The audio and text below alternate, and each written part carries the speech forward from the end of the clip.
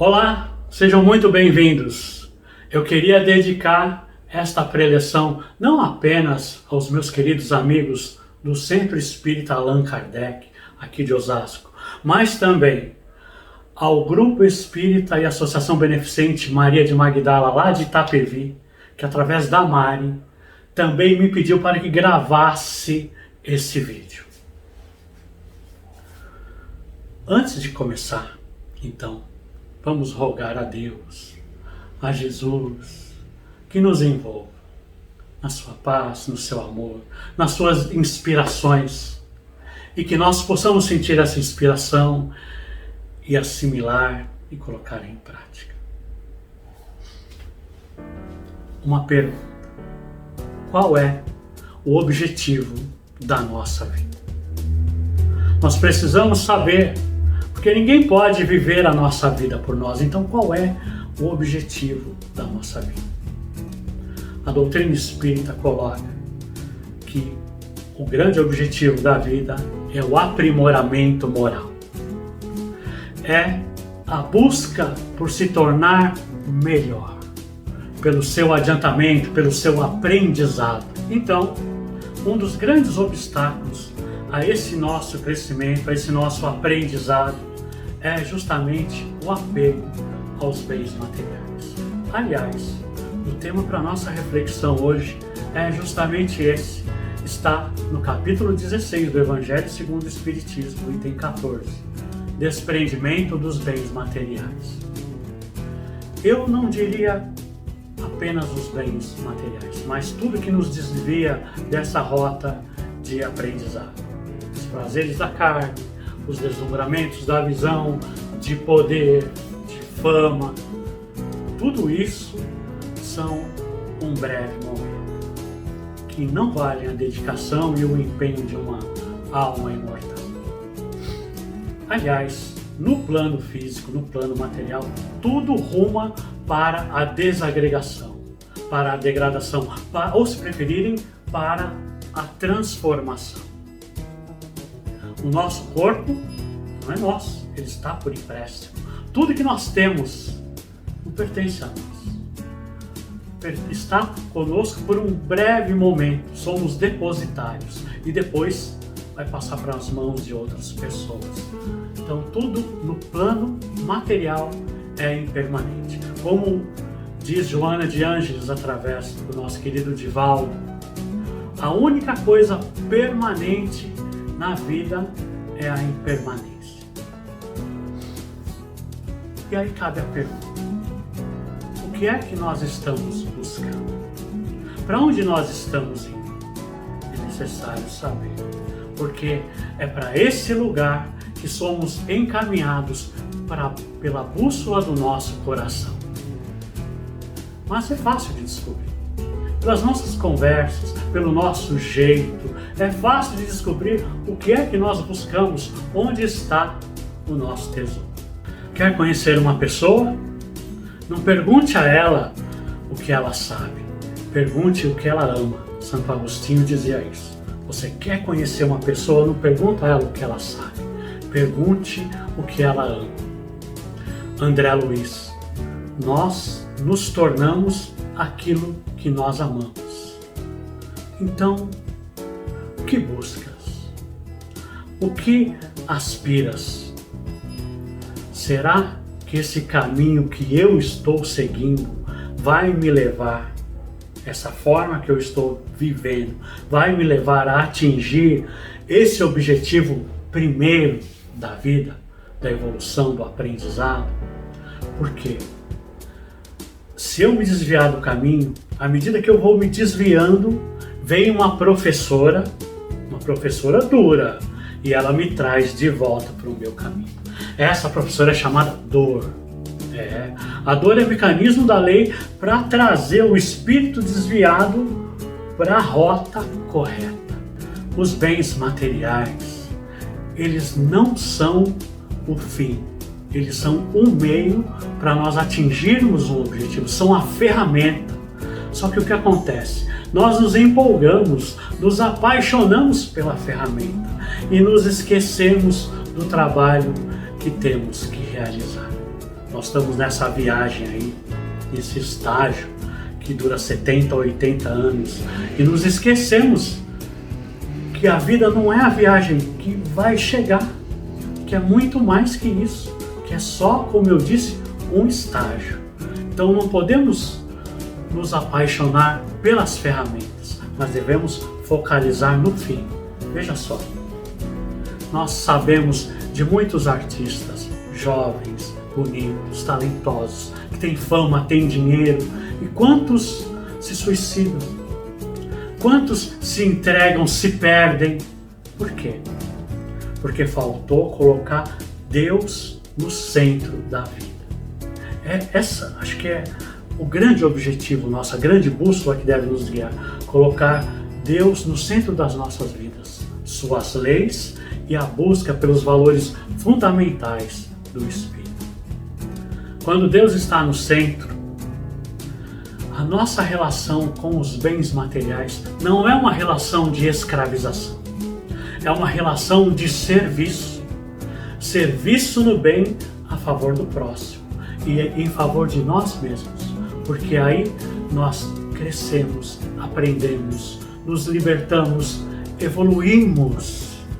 E assim eu descubro a importância de servir, atendendo assim a nossa programação principal, que é ir na direção do Criador, evoluir, crescer dentro dos sede perfeitos que Jesus colocou.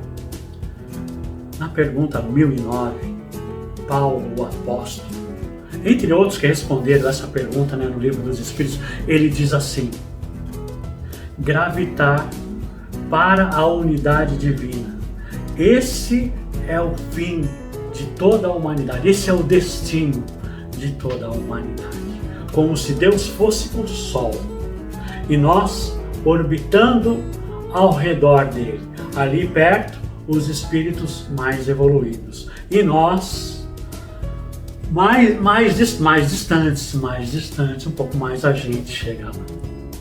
Há uma história muito interessante, bem curtinha, onde o discípulo chega para o sábio está lá mexendo com suas plantas, sabe, esse lance de mexer na terra, cuidando das suas plantas ali. E o discípulo chega para o sábio e diz: mestre, posso te fazer uma pergunta? Claro, pode fazer. Se o senhor soubesse que iria morrer amanhã, o que é que você faria? O sábio continuou ali mexendo nas suas coisas, tratando da planta, parou um momento, olhou para ele e respondeu de maneira bastante serena: nada, eu não faria nada, eu continuaria cuidando do meu jardim. Essa resposta, apesar de bastante singela, é a resposta de quem se harmonizou com a vida no seu sentido mais amplo, passando pela existência de uma maneira desperta, ciente de seus compromissos, das suas obrigações, consciência tranquila. Agora eu pergunto, e se fôssemos nós? Vamos voltar essa pergunta para nós. Se nós soubéssemos que iríamos desencarnar amanhã, o que é que nós faríamos? Sairíamos correndo? O que a gente faria? Como estaria o seu coração? Estaria livre ou estaria preso? Teria asas ou teria algemas no seu coração? Isso é uma coisa bastante importante para pensar.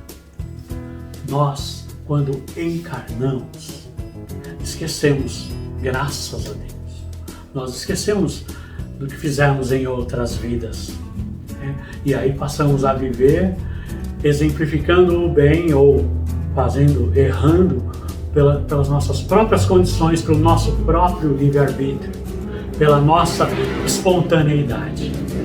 É bom isso, é bom. Isso quando fazemos é pela espontaneidade. Então, é como se adormecêssemos, né? Um entorpecimento e não nos lembramos. Isso me faz lembrar